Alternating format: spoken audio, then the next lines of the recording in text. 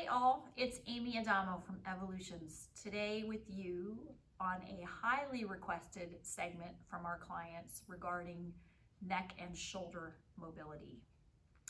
So I'd like to talk with you a little bit about those pieces and how they interface with each other today. And then I think I'd like to break this up into a few different segments where I can talk to you about implements you can use in your home for assistance with mobility and stretching, but then some other things we can also do that might be exercises for mobility and stretching. So let's talk a little bit of anatomy first.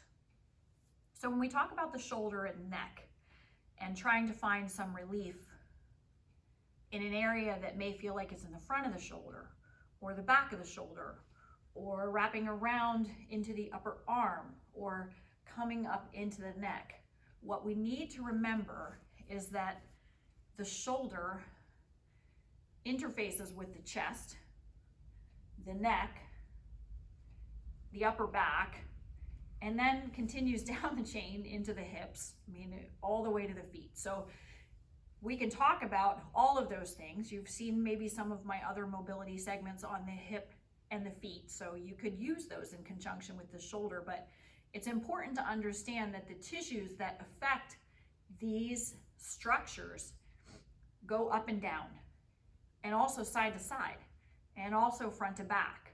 So what you may feel in the back of the shoulder may be coming from the front of the shoulder. What you may feel from the right shoulder may be coming from the left shoulder. What you may be feeling in your neck might be coming from your low back. So when you are considering how to care for something that's bothering you, I challenge you to consider it as a greater entity than just the area that we're talking about.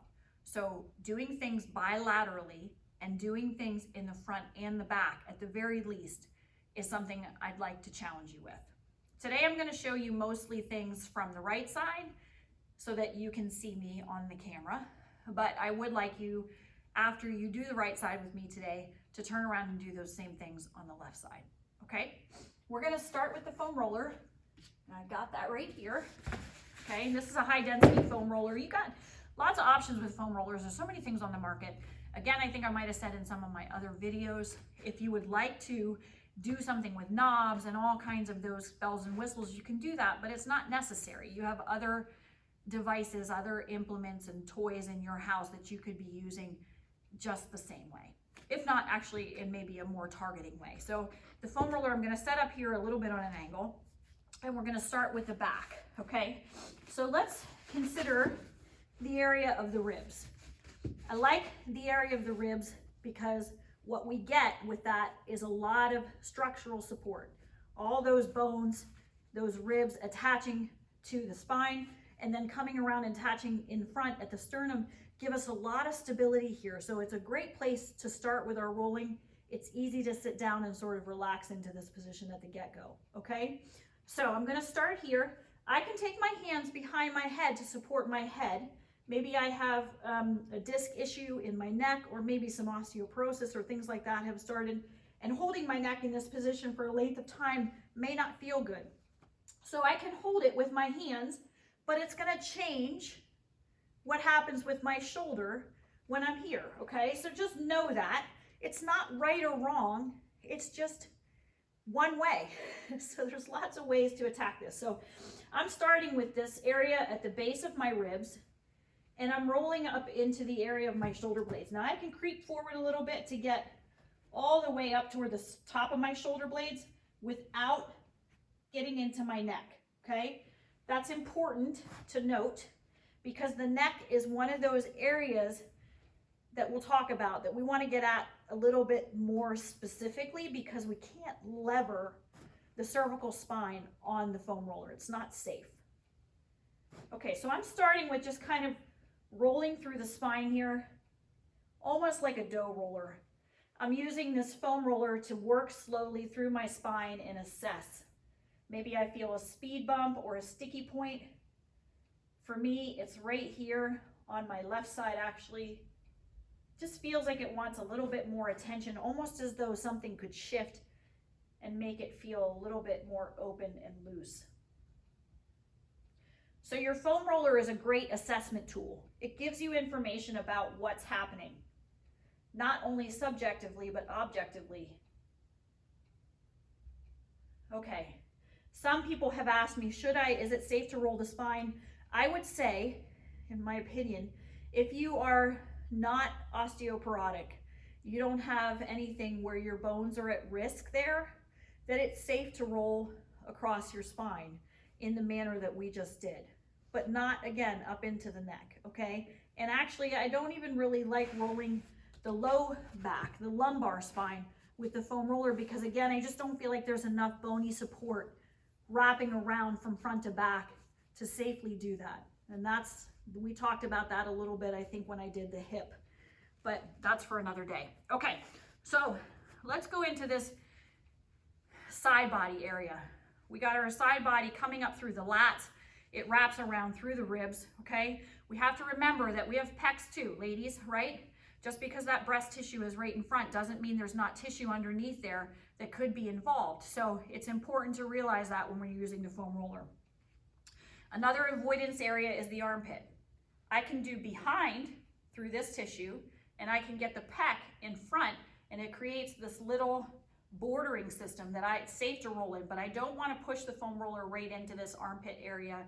Nerve, blood supply coming through there, that's not safe to rest on for any length of time. Okay, so if I set this foam roller up kind of in line with my chest, and I'm resting right here now on the lat. Now I can lift, if I want more intensity, I can lift my hips and lever more of my weight onto this, okay? But I don't have to. For me, sometimes being here is intense enough. I can rest my arm on the ground. I don't have to hold it up behind me. And I'm just gonna roll front to back, actually. What I like about doing this is, again, I'm getting a lot of information about tissues, how they feel to be rolled across, but also where some of the stickiness is happening. That's a big challenge, I think, when we're trying to identify what's happening with the shoulder is where is it happening? Again, many times we're feeling symptoms away from the area where it's not happening. So this front to back can be helpful. Again, we talked about this breast tissue just a second ago. I can kind of even lift that out of the way and roll into my pec a little bit. I can also, rather than rocking front to back, is start to rock in small segments here through my lat. This is really, just so most of you know, this is fairly tender for me. If I was doing this on a daily basis, which I should be, it would be a lot less tender over time. But for me, it's pretty tender, and I would imagine if I went to the left side, which is stickier, it would be even more so. So just be aware, it's not gonna feel like, you know, roses and rainbows. Okay, so let's go into that tricep. The tricep comes down through the arm, attaches back in here in the shoulder, or I guess a little bit here more toward the top of the humerus, but it looks like the shoulder. So a great way to do this is just to rest your head on your hand, and I'm just using my obliques and my side body muscles to kind of pull that up toward me, and then again, dough roll through that tissue. As I get up toward my armpit, I'm conscious to get toward the back of my shoulder and not into that armpit area, okay? Now, if we go back to the shoulder idea, and I want to get a little bit more specifically onto my right shoulder, I'm going to take my right hand and actually bring it across my body and grab my rib cage on the other side. So I've really spread that shoulder blade away a little bit, and then I'm going to do the same thing kind of with my left hand, pulling that open even a little bit more. And now I've exposed that muscle tissue a little bit more generously that rides between the shoulder blade and the spine.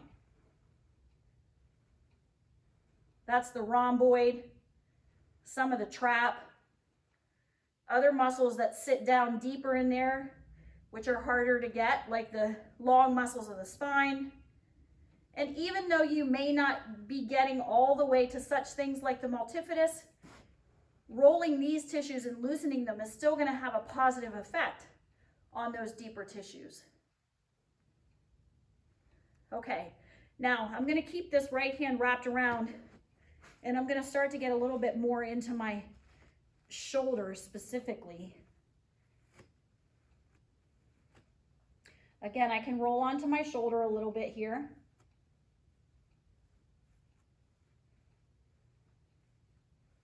One of the things I love about foam rolling is the heat that builds, and that heat is an indication of the blood that's coming to those tissues, which is a beautiful thing. This acromion right here on the top, kind of a sensitive area, not an area you want to be rolling over top of, okay? So just mindful of that.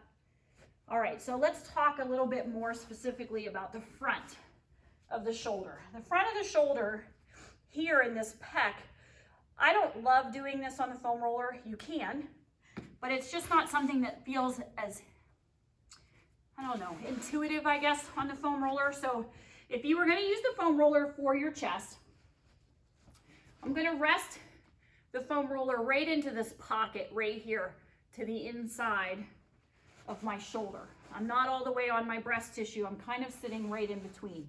Now, most of the time when I'm here, I don't do a whole lot. It's not an area that I can roll over very easily. I can do this and kind of rock a little bit.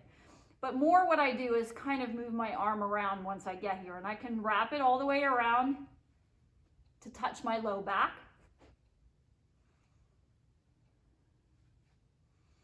And these arm movements you can do in any of the positions we've already done. We talked about that lat.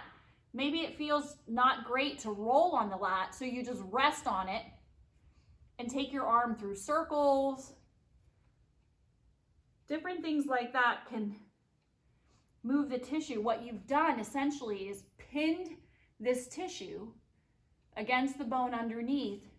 And now as I move my arm, I'm getting stretching out of that area that's been pinned. So this is a great way to mobilize layers of tissue, okay? So moving those limbs around once you get something feeling like it's in a good trigger point area can have a really positive effect. Okay, another way to get at the chest is with a ball, okay? Now, I can simply take this ball and roll through my chest. So I'm gonna hold this here right on my chest tissue, my pec tissue, and I can roll this all the way to my sternum. The pec attaches right here at the sternum, so I can roll all the way through there. I can roll up right into this area under the collarbone. There's a bony protuberance right here called the coracoid process. That doesn't feel great to press very deeply on. When you're on the foam roller, it's a little different because it doesn't have this apex that's driving right into that spot, but that's a sensitive spot. So really digging in right at that spot with the ball can not feel good. Not feel good in a good way. So I'm careful to ride over that area, but not really press into that area too deeply. You can go out into this arm. You can get down into the top of the bicep a little bit. And then I can roll down across my sternum too, because remember the pec comes all the way down in here, runs underneath the breast tissue. I can work at it from the side a little bit. Tender, it's tender. But all of this is important for loosening up the shoulder. Again, we spend a lot of time stretching the back body, I think, and forget a lot about some of these tissues in the front. So loosening up this pec, both sides, okay? Another way you can get at the pec, rather than what we just did with the foam roller, is to take this ball, hopefully you can see me here, take this ball, lean up right against the corner of something in your house, and I got this wipe thing I'm dealing with here, but I can press that into a spot that's tight, hold it there, take my arm through some range of motion here. Again, I can work this way. I can go up overhead. So lots of options there, again. Now we can do the same thing with the ball behind our body. So going into the shoulder, some of those areas we just spoke about before. And this is a little bit of a better way to get up into some of those tissues that ride up through the neck. So I'm gonna take this ball, place it right here in kind of this upper trap area, and I'm gonna get into that with the wall, at the wall. So just simply that pressure, that trigger point might be enough. I can make small circles right there if I want. I can move safely up into my neck tissue here. It's different when you're against the wall because you're not levering all of your body weight and gravity against those bones. I can go down a little bit further into that mid-back area. Again, finding that position on the wall and going at rolling up and down. Find a trigger point or a lump or a speed bump that you can work with, maybe some small circles. Again, find a spot, take your arm through some motion here. Maybe even all the way back to the wall, resting your arm on the wall as you drop down, back up. And you can do that in multiple spots. Okay, one more thing I wanted to bring up. Sometimes people ask me about foam rolling the neck. And as I mentioned, I don't feel like it's safe because to lever all of your body weight onto the foam roller is too much load for the cervical spine, okay? The cervical spine and the neck. So how do we do that? There's a couple suggestions I have. It just takes a little bit of creativity. It can feel good, but if you rest your head right here on the foam roller, the first thing you can do is just roll your head side to side. It's important here to try to let your head feel heavy into the foam roller. One of the things you can do at the outset, if you're not somebody who can get down here and just start to feel heavy against the foam roller, is to press directly back into the foam roller with your head, hold for maybe 3 seconds or so, and then gently release. When you release, let your head get heavier.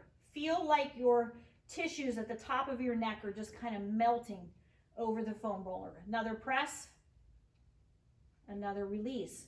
Notice if you can go inside yourself a little bit here.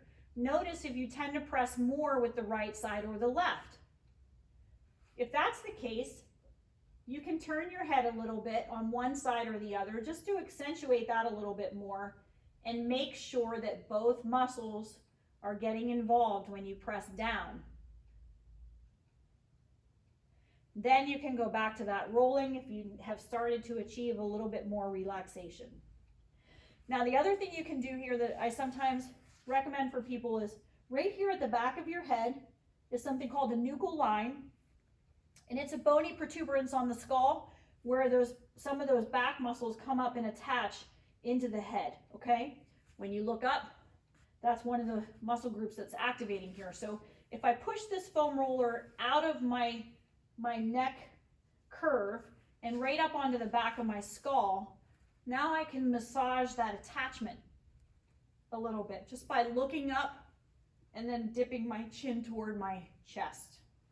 Sometimes the foam roller will slip out. Don't be afraid to reposition at any point. Sometimes it might take repositioning after every rep or two.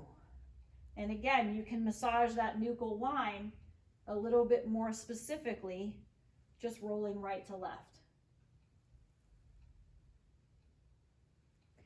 Any work that you do on the neck or anything up near the neck can make you feel a little loopy. It can make you feel a little dizzy when you're finished. So I always encourage people when you're doing this kind of work, you're releasing a lot of toxins when you foam roll out these trigger points and these tight spots. Couple things, give yourself a few minutes to just reacclimate. Don't get up and start running all around. Also, make sure you're drinking a lot of water to help flush all of those things that are happening. Don't force anything too hard. Stay away from some of those points we talked about, those bony prominences and pockets that are vital areas. And in the comment section below this video, if you have any questions, you're trying something that's not working, you have something that's a positive, you want to give a shout out, please don't hesitate to do that below. And come join me again for the second segment on this where we use some other props to get into some range of motion and some mobility. Thanks for joining me today. See you next time.